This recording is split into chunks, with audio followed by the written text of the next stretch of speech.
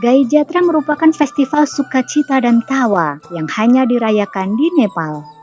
Festival ini mengingatkan orang-orang untuk menerima kenyataan tentang kematian.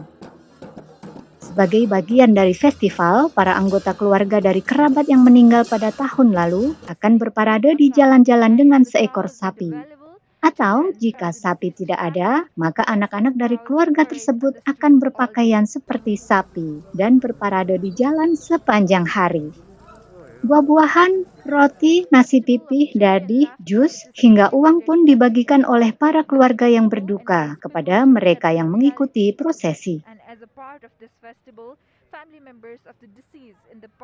जुन घरमा चाहिँ यो बस्यो दिवंगत भएका मान्छेहरूको चाहिँ लागि उनीहरूको आत्मा शान्तिको लागि यहाँ घुम्ने चाहिँ चलन छ यही हुँदै ल खास त्यति। Festival ini diyakini telah dimulai pada masa pemerintahan Raja Nepal, Pratap Mala, untuk menghibur sang ratu yang berduka karena kehilangan putranya. Kala itu, masyarakat yang kehilangan anggota keluarga dalam setahun terakhir diminta untuk berparade ke istana. Festival Gai Jatra juga menandakan akhir musim hujan monsun dan awal beberapa festival di Nepal. Koresponden kantor berita Xinhua melaporkan dari Kathmandu, Nepal.